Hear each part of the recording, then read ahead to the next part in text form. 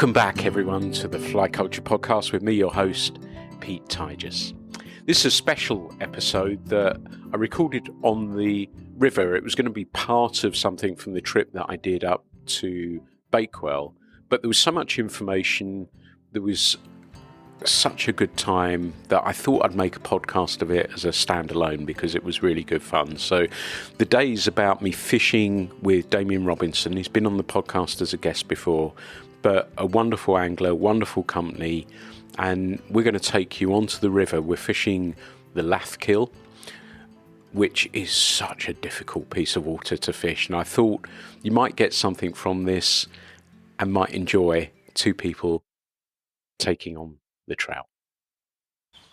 We popped into Malin and Green and I got some stuff. I'm a sucker when you go into a fishing tackle shop that I have to buy something. So I've got leaders, I've got some tapered leaders that I'm going to talk about a little bit later as well, and some tippet. And I'm on the river with friend of the podcast, Damian Robinson. Damian, do you want to tell us where we are and what the plan is? Yeah, morning Pete. Welcome back to Derbyshire and welcome to the River Lathkill. So we're on the upper reaches of the Lathkill, part of the Haddon Estate and one of the waters of the Peacock Fly Fishing Club.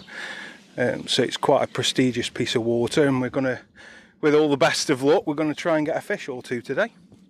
That sounds amazing. The weather's different from yesterday. The wind's still about. But I woke up this morning at silly o'clock. I sort of fell into bed last night and that was that. And then when I woke up, there was a fair bit of rain. Feels a little bit cooler this morning. Is this, though, still, because it's under the Peacock water, that this is a dry fly fishery too? Yeah, so dry fly only up on these sections, same as the other rivers like the Wye. So we'll be looking for surface activity, we'll be looking for them rises in the little pockets. Hopefully we might see a mayfly or two as the season, but we're seeing it tail out a little bit on the other rivers. Conditions aren't perfect for us today, a little bit cooler than it has been in the last few days, but some welcome rain overnight, so we'll get out there and see how it goes. Hopefully we can start to see some insects on the surface of the water, which might just bring a fish or two up. Well, we're going to have a wander along, and I remember I've been lucky enough to have a quick go here previously, and stealth is everything, and Damian has his knee pads on, and I'm going to walk just behind him, so he's going to lead the way. We're going to see if we can find a fish. I'm going to take you fishing with me for the second day, and we're going to see if we can find a fish or two. Pass through a gate. Damian said we're going into stealth mode now, and we've crawled along the bank. We're walking downstream and we've crawled along the bank. He's just been in front of me. It's interesting watching him just blowing the grass aside because there's a lot of bankside vegetation to give a little bit of a buffer zone between the angler and the river. And he looked at me and just whispered, he's there. So he's seen a fish. I'm very wary of how spooky these fish are. I remember now it's coming back to me how spooky they actually are. But he's watching very, very closely, and I think there might be a game afoot. What are you thinking, Damian? Yeah, there's a fish just in front of us, probably 20-25 yards away. He's just sitting on the edge of the weeds, moving in and back. So we're just going to watch him for 5 or 10 minutes and see if he rises, see if anything comes over the top of him, and then we'll make a game plan from there. Sounds fantastic. I'm going to watch as it unfolds. I'm so wary of spooking the first one, so Damian's going to have a go here. He's going to rig up. There's no flies on yet, so he's just watching to get a game plan from the fish. And this is a great lesson in itself, that the stealth aspect of it. We may not, on a lot of the rivers that we fish, we may not need that, but this river in particular is probably one of the spookiest rivers I've fished in my life, and it's all coming flooding back. So I guess what Damian's doing now is working out what flies he's going to use, if he can bring a fish up, whether it's going to rise or not, and how he's going to get a shot. Is there anything else you're adding to that? Or so what I'm doing now is exactly what you just said. I'm watching the fish. I'm watching the surface above the fish. I'm looking for any movement between those two. So if the fish moves generally, if it moves side to side and we see that flash of white of its mouth, it'll generally have taken a nymph. So we can't fish nymphs up here, so that's out the equation. If we see it lift in the water column and break that surface, we've got a good chance on the dry fly because it's taken something in that surface film or a hatching bug or a dun that's come over the top of it. We're not seeing that just at the moment, but like I say, we're just going to give it 5 or 10 minutes. We'll see if it lifts or moves, and then we'll make a plan from there.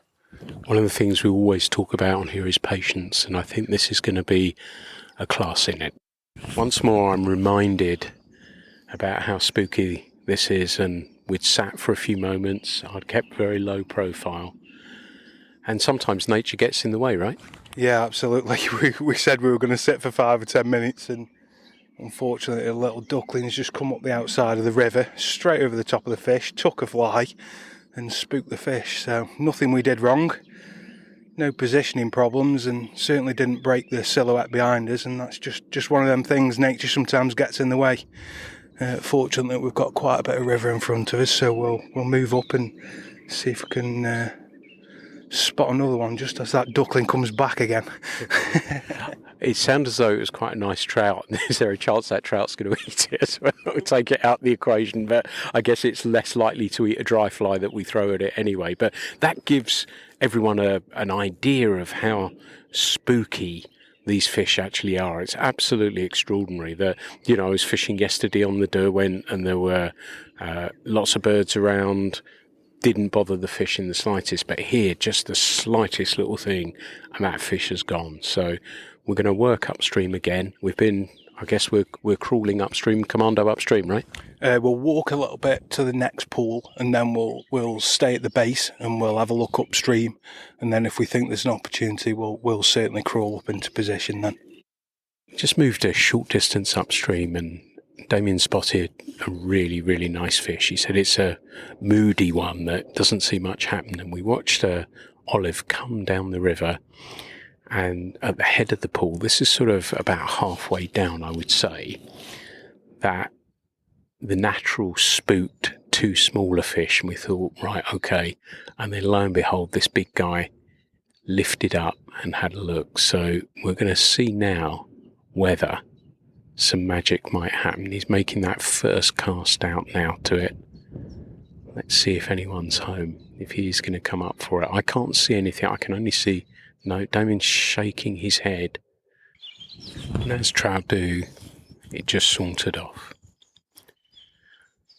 We moved a little bit further upstream, and already I'm getting a sense of Damian's dedication for what he's doing. It's absolutely extraordinary, and the fish aren't spooky because of angling pressure, they're spooky because of their environment. And so stealth is absolutely everything. I'm thinking about if I fished this on my own, if I was lucky enough to get a go on here. I don't know how I'd get on, to be honest. I've been lucky enough to fish it once before with Andy, and it was a similar sort of case of this very, very slow approach and looking for that moment, looking for that fish. But this is fishing on a completely different level. It's the polar opposite to what I fish, and probably many people do, even from a chalk stream perspective, where I get to see those fish, or a spring creek in the States. I feel like I've got a little bit of a chance with those. With these, it's absolutely extraordinary.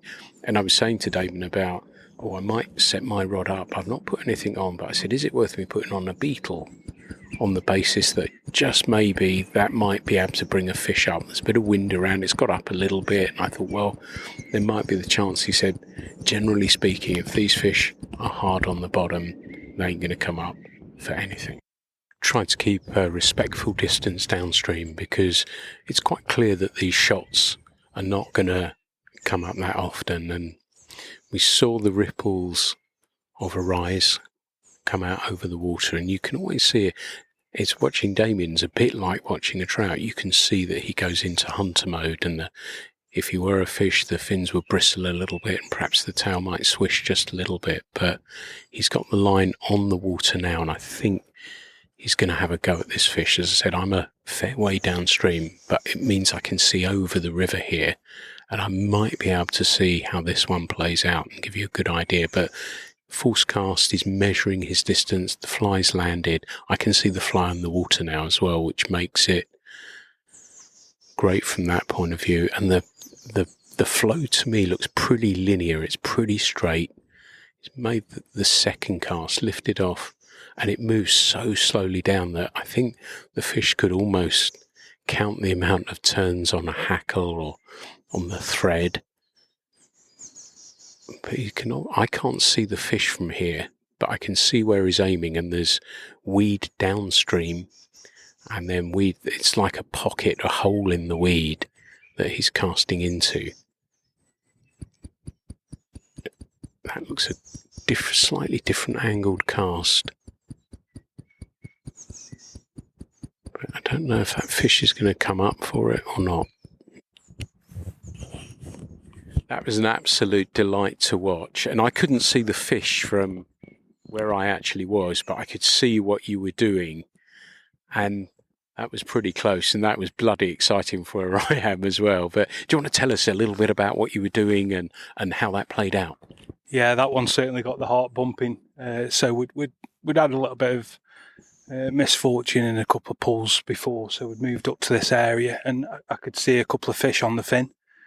We moved up really, really slowly on my knees for most of the way. Just spotted a little nose poke up out of the surface, and there seems to be a couple of olives on the water. So I've kept with the olive that we put on in the last pull and moved up, and I could just see the back fin of the fish. So I knew where I needed to get the fly. I've prepped everything up ready to go.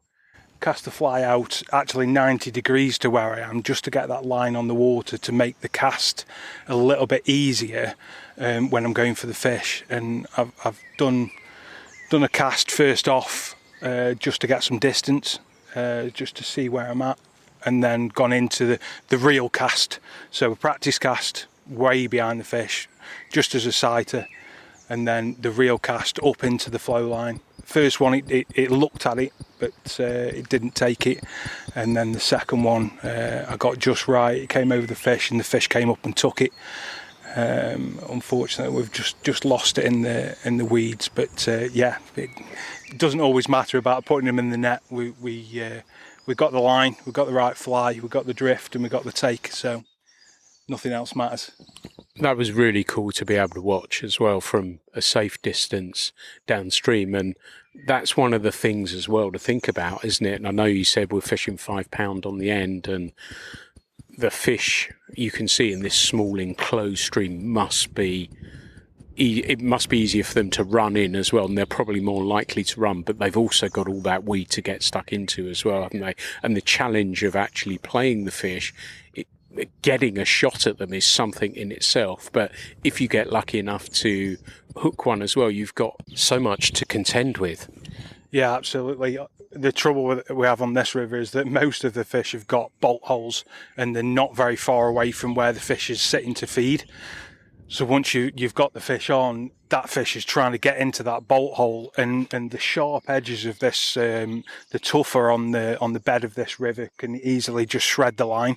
So you have to be really careful. Then you've got the weed to contend with as well. So it's not just getting the fish to rise; it's also getting it past all the obstacles and into the net. So I'm not too worried that one came off. It wasn't a huge one. I'm not too disheartened. We did everything that we needed to do, and I'm happy.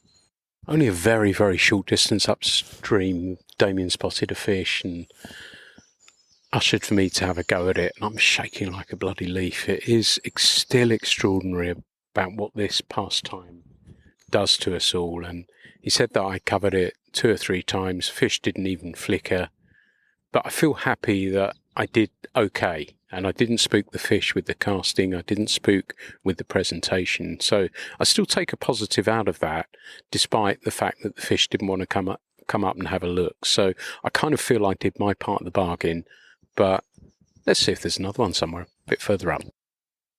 Sat and had some burgers for lunch, put the world to rights about a few things.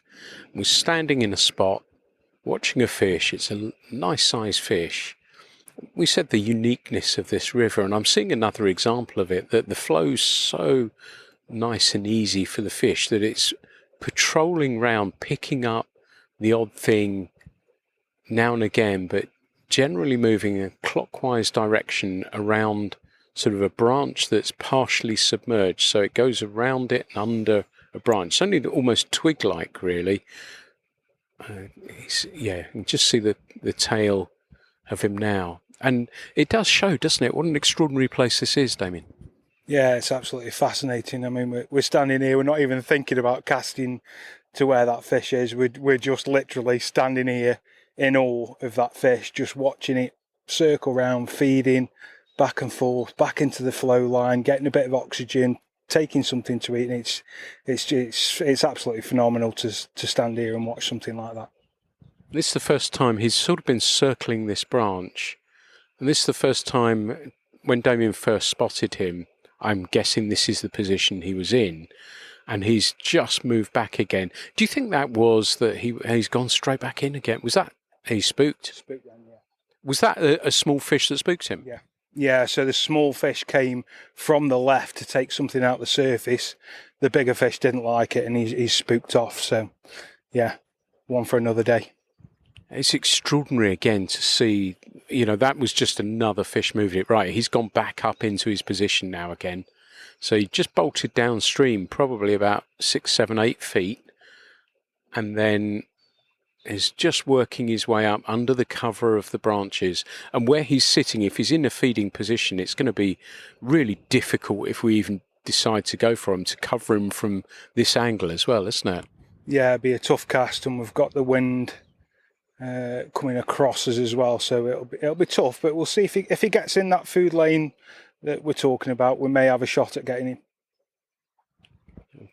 I can't see him now, but he was in under the branch, but no, he's not resumed his patrol route at the moment, so perhaps it takes a bit of time for him to settle down again. And as Damian says, we've got plenty of water to go at, but this is again putting it in context, and we're seeing Damian loves to leave the smaller fish alone, and I'm seeing the odd smaller fish rise. I've seen one mayfly this afternoon, but we've left those smaller guys alone, and it's not specimen hunting by any degree. It's just Damian much prefers to leave those fish to grow a little bit bigger and perhaps be left alone for a bit, which I don't think is any bad thing at all. And you get the chance here to see them, so it does make that decision process a whole lot more easier. But yeah, the challenge of here is quite extraordinary. We found a nice little spot, and Damian's seen a nice fish. It's a good fish. What's the game plan? So we've just, like you say, come up to a spot, and we've spotted this fish, and it's not actively feeding right now. But by the looks of the fish, I would say it's worthwhile just sitting on this spot and just seeing if we can see them signs that we talked about this morning. If the fish swings left to right, if it's nymphing, if it's raising in the column, taking emerges, or if it does break that surface, taking a dry fly. I think it's definitely worthwhile just taking his time here, just seeing what happens, and then maybe we can get a castaway. We sat in this spot for a little bit now, and the fish that we were talking about, one of the more sizable ones, has started rising. There's a slightly bigger one upstream that forced him down again, and we wondered whether that would put him off a little bit. But from his new spot, he's just risen again. So we're watching. Damian very kindly said, "Do you want to go?" But I'd like to commentate this for us because I think it could happen. It's a really, really nice fish. After that, you owe me, bud, though, if you do get it, and then you can guide me for the rest of the day. But what's the plan? Yeah, so as we said before, we've just sat and watched this fish, and patience, absolute patience, has been key for us here. We've sat and watched it, and then all of a sudden, just out of nowhere, it just lifted, and then we've perhaps watched it lift 5 or 6 times. So we're going to get ourselves into position. It's just sat still at the moment. We're going to wait for it to rise again, then we're going to cover it. And we're hoping and praying, just as it rose again there as I'm talking, that it takes our fly. But position first, bit of patience, and then we'll cast at the right time. He's certainly a player, isn't he? And he's shifting a fair way to eat stuff as well, isn't he? Yeah, I think he's taking the rising nymphs as they're coming up through the water column into the surface film. I think that's where he's taking them. I'm just hopefully that a little olive dun might do the trick, and that's what I'm going to go with. One cast, fish came across, and we were discussing before, he's strong. Jeez, he's strong fish. And we were discussing that if it were in the right ballpark, there was a good chance he'd come have a look, because he was really game on. And Damian put on a small olive and fish on straight away. It was a fabulous piece of angling. And the wonderful thing about this is somebody who learns by watching, just watching the whole approach to covering that fish and his whole process. He's thinking it through. And it's not an easy cast either, because the wind's blowing a little bit here. It's not nice, but this is a really, really beautiful fish that patience has paid off. That's been the key takeout from this, the patience that has been needed. Oh, and he's tried to net it, and this thing's just shot away again. It's such a powerful fish, but it's all close to the net now. Close. Almost in. Almost in. Oh, let's try to get into the weed now. I think he's got it. Well done, my friend. Well done. The term you just used was Lathkill Gold, and I think that's a fair description, isn't it? Yeah, absolutely. Yeah, my heart is absolutely pumping. Just everything come together, just one of them moments where the stars align. We did the practice cast. We got a distance cast somewhere in the region, then third time, right line, and the fish just turned and swallowed the fly down, and lucky enough to put that one in the net. Absolutely stunning fish. Beautiful, Lathkill Gold.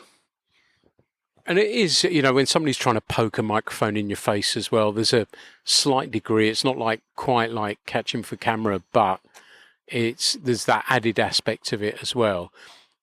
Damian said to me, I said, "Oh, do you want to talk about the nets today?" He said, "No, not really." But that having been said, I've seen how that net, your Living the Dream nets, work fabulously well, because the fish could recover in the water while we did a bit of high-fiving and got ourselves their heart rates as a little bit lower. But that was a wonderful example of they work. Yeah, absolutely. It's why I make them, just to take that moment where the fish is sat in the water, not too worried.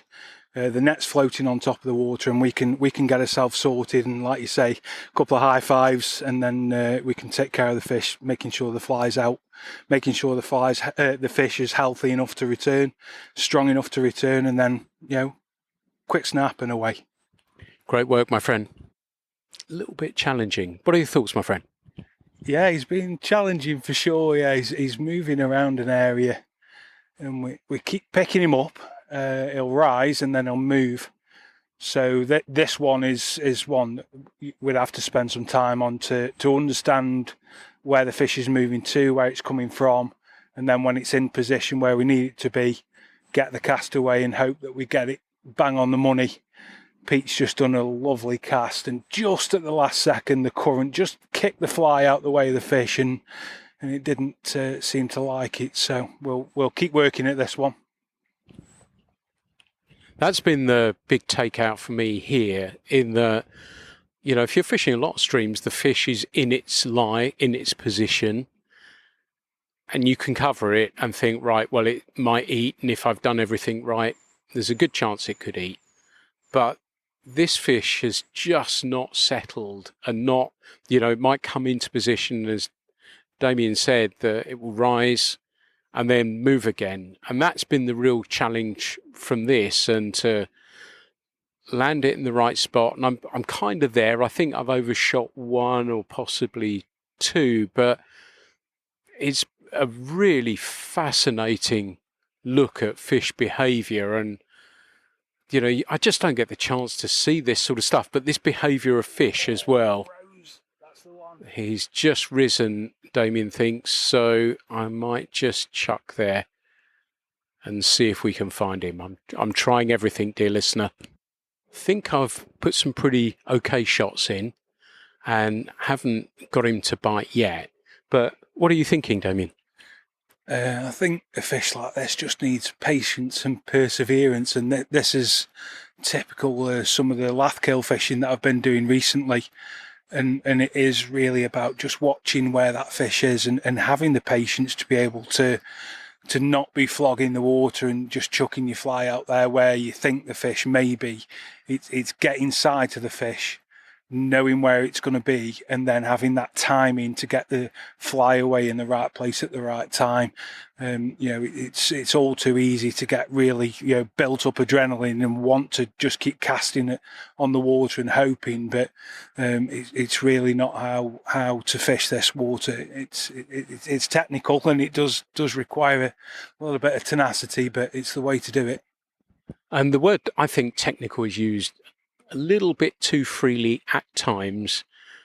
I think I can write this technical in big capital letters and underline it probably twice, possibly 3 times, because it really is that. I've lost all feeling in my knees, that we're crouched down. I've got stinging nettle burns over me, and I couldn't be happier. I'm absolutely loving this. I'm trying really hard to do my part of the deal. I desperately would love to catch this fish, not for myself, but for Damian, because it's been wonderful to be able to spend time with him, but also his patience showing. He's been sort of slightly upstream of me and been able to spot that fish a little bit better. We get a bit of sunshine every now and again, which opens the pool up and makes it like an aquarium, but a lot of the time it's quite difficult to spot the fish when it moves in and out of the dark weed.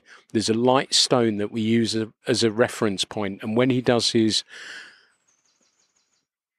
patrols, I guess is probably the best description, he often will pass over that. So that gives me a sighter that he's back in town again, and then Damian can fine tune it and go from there. But we've not seen him for a little bit. I've probably had half a dozen shots at him. Might be a little bit more, might be a little bit less, and it might be a shot followed by another one, and then he's gone again. And I think tenacity and patience, Damian has said, is exactly right, because it really does take it to wait for this moment. And we could easily walk somewhere else, and there's been plenty of slightly smaller fish rising quite happily, although there's not been a lot of bugs around actually of late. We're seeing some mayflies though, aren't we?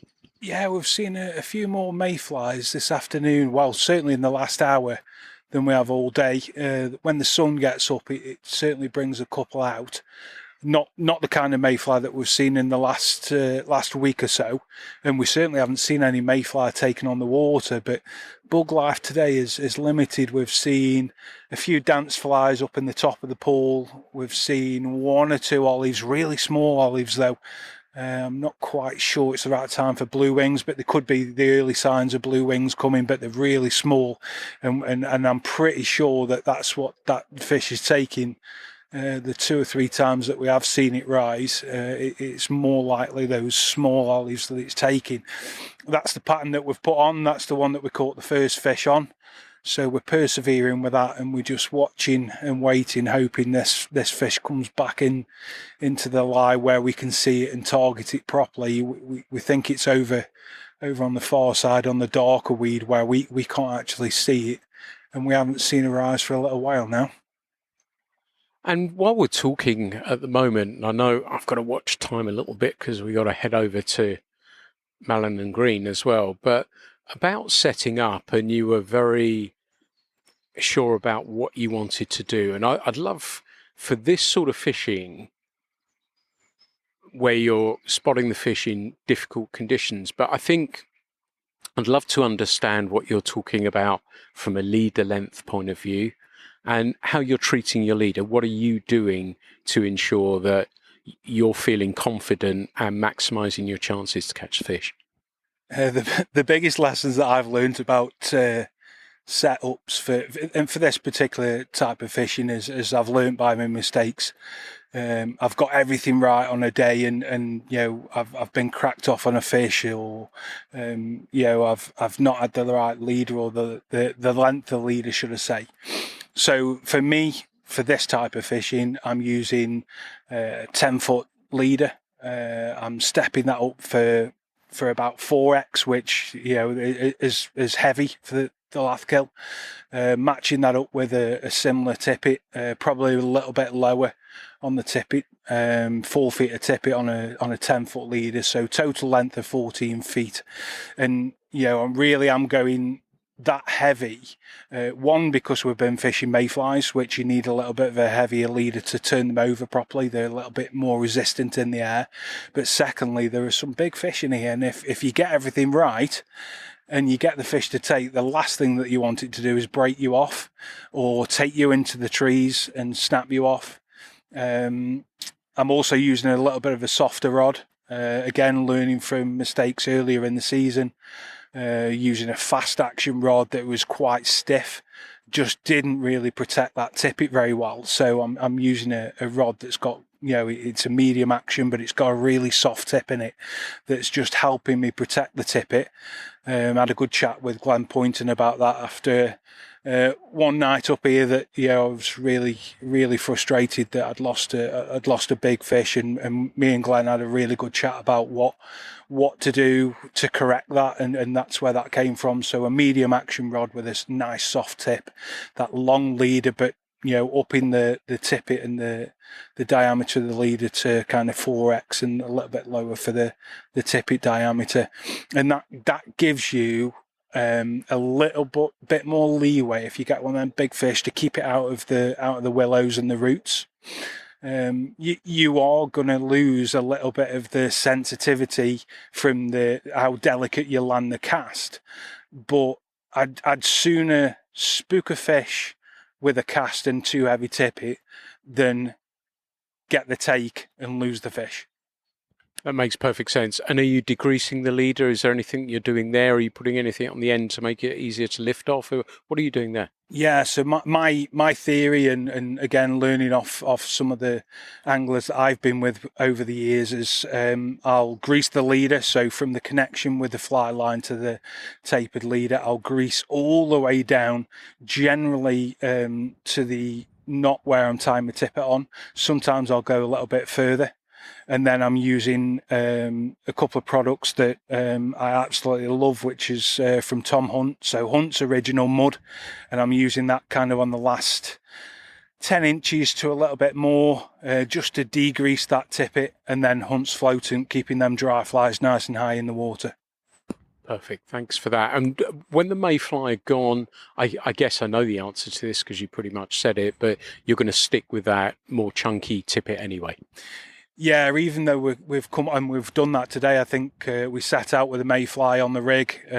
We didn't really see any, and the first rising fish that we saw, we didn't think it was a mayfly take. So we quickly switched up the fly, but I didn't change the leader or the tippet for those reasons that I've just explained. Been sitting chatting, still haven't moved, no feeling in knees yet. Damian's going to have to lift me up and probably carry me back to the van at some stage. But we put on a mayfly. We'd seen him hit a mayfly, and you think, right, okay, perhaps the game's changed a little bit here. And we were just chatting about it, and I said the fabulous yet / frustrating thing about this is that it's not like he's saying, right, okay, well, look, there's mayfly coming down this line. I'm going to sit in this line, and I'm going to eat the mayfly. He's not done that, and it's been exactly the same with the olives as well. It's and I think this probably captures what this river is about in a nutshell, doesn't it? Yeah, absolutely. And we can talk about in speech brackets, a normal trout would probably sit on its feed spot and be up and down when it was on the feed. This one, certainly, it's taking one from the top of the pool, and then we see it over on the right, and then we see it at the tail of the pool, and it's certainly doing a good patrol, and we're struggling just to pinpoint the fly at the right place at the right time. But this is typical lathkill fishing where you've got a cruising fish that is not really on station, but it is feeding. Frustrating as hell, Pete. It has been, and that's the thing. And you sort of question myself because I'm my biggest critic. I'm thinking, oh, could that cast been better? Could that cast been better? But I've not had a shot where I thought, right, that's where I've got to land it. And that's been the tricky / again interesting thing about it. He's come back again. I think Damian spotted him. I've not seen him yet, but I'm going to give him the mayfly in 2 seconds. We're going to have to head off very, very shortly. So this could be my last go. No, he's gone again. You see, we've not even thrown at him, and he's just holding that. He's not even really holding position, is he? No, we just saw him come back into the flow line, really, where we'd seen him feed before. He came over our reference rock. He's just cruised up the centre of the pool, sat in the head for maybe 3 seconds, and peeled off to the right and gone again. This is absorbing. I hope as somebody, if you're sitting in your car, if you're at work, if you're on the train, you're feeling what this is about. It is just extraordinary fishing, and something I've never really experienced before in this way, the technicality of it all and trying to get it right, making those planets align. And yeah, just getting this guy to let me get a go at him would be really cool. I'd love to say this was a epic ending, that the fish came out, ate the fly, but it just didn't. Funnily enough, when I was winding it in, that's about as near as I got with the fish. I guess it must have been, we'd been talking about tweaking the fly a little bit and whether that works, and sometimes I like to do that. But because they're so spooky, I was worried tweaking the fly might frighten them. Winding in, fish came and had a look and then said, I don't know if it was coming over to say, you're not good enough, Pete. And I don't mind that. Like I've been trying to say in this, that it's really complex, difficult water to actually fish and to succeed on, and to see Damian fish and the way that he talks about it has been eye-opening for me. And I've had a crash course in this, and it seems as though you might get some days, Damian, where it really all goes to plan as somebody just rocking up for the day. But I get the suspicion that it's not the sort of water that's going to let you in for an easy tap in, is it? No, absolutely not. What you've seen today, Pete, is the culmination of the last 3 years of fishing up here. The first year I came up, really just couldn't catch a fish up here. I was getting somewhere close, but it just wasn't working for me. And the year after, which was last season, I came up a little bit more regularly, seeing where the fish were, learning the approach, learning how to cast to them. And it's like no other river that I've ever fished before, in this country or abroad. But this year I really decided at the start of the season that I was going to give the lathkill fishing everything I'd got this year. And I've spent multiple hours up here and just learning how to do that and how the approach works and getting those casts away at the right time. And, I've had some really nice fish, and it's been working well. The rain's starting to fall now, so I think that's our sign to head back. But I hope you've enjoyed this look into a different form of fly fishing, and I can't even compare it to chalk stream fishing because it's not like that at all. As I said, the movement of the fish, the way they're always, you get a minuscule window sometimes to have a go at these fish, and I've been utterly absorbed by it. I'm walking somehow, and I'm astounded myself, so I'm pleased about that. And I'm pleased that I've not done well on them, because I think that would be insulting to Damian and the other people who come up here who put many hours in. And I've been very, very lucky that I've been able to get an insight into it from him. But I kind of like that it's left me wanting, but I've loved every single second of it, and it's been fantastic fun. We're off to go and be sociable now, so we're probably, we're a bit late, but I think we'll be there in goodish time. But Damian, it's been everything I hoped it would be and a load more. Just sitting talking with you has been great fun, and laughing with you most importantly. Thanks so much for being a guest on the podcast. We talked about the nets, and I know that you didn't want them mentioned on here, but because we saw that beautiful fish that you caught, how well it worked, and if people aren't aware of them, where do they find them? Yeah, so the nets, you can find them in store at Mellon and Green, online with Wading Waters, or direct from me from Living the Dream Fly Fishing. Damian is one of the good people. I always talk about all these good people that we have in fishing, and he's a wonderful example of it. People want to connect with you, and if they see that you've been catching some wonderful fish on the Lathkill, how do they find you? Yeah, so I'm on social media, so Instagram, Demon Fly Fishing, and then you can find me on Facebook, Damian Robinson. Mate, I've loved every second of this. Thanks so much for taking me up here. Thanks so much for being such wonderful company, and thank you for a wonderful day. An absolute pleasure to have you on the river, Pete, and hopefully we'll be back again and maybe get that one that we've been working on. We'll try. Everyone, this has been the Fly Culture Podcast. Thank you so much for listening to this special edition. It's a bit like the one I did with Sandy, that we were just having such a great conversation that it feels as though it should be a standalone podcast on its own. So thank you so much for listening. As ever, there's never going to be any charge for these. I just enjoy fishing, of course, like you do, but spending time with so many wonderful people and getting the chance to share these experiences with you. So thank you so much for listening. And of course, there'll be another episode coming very, very soon. The Fly Culture Podcast is brought to you in association with Fly Culture, a quarterly published magazine owned and run by fly anglers. When it comes to fly fishing, we've got you covered.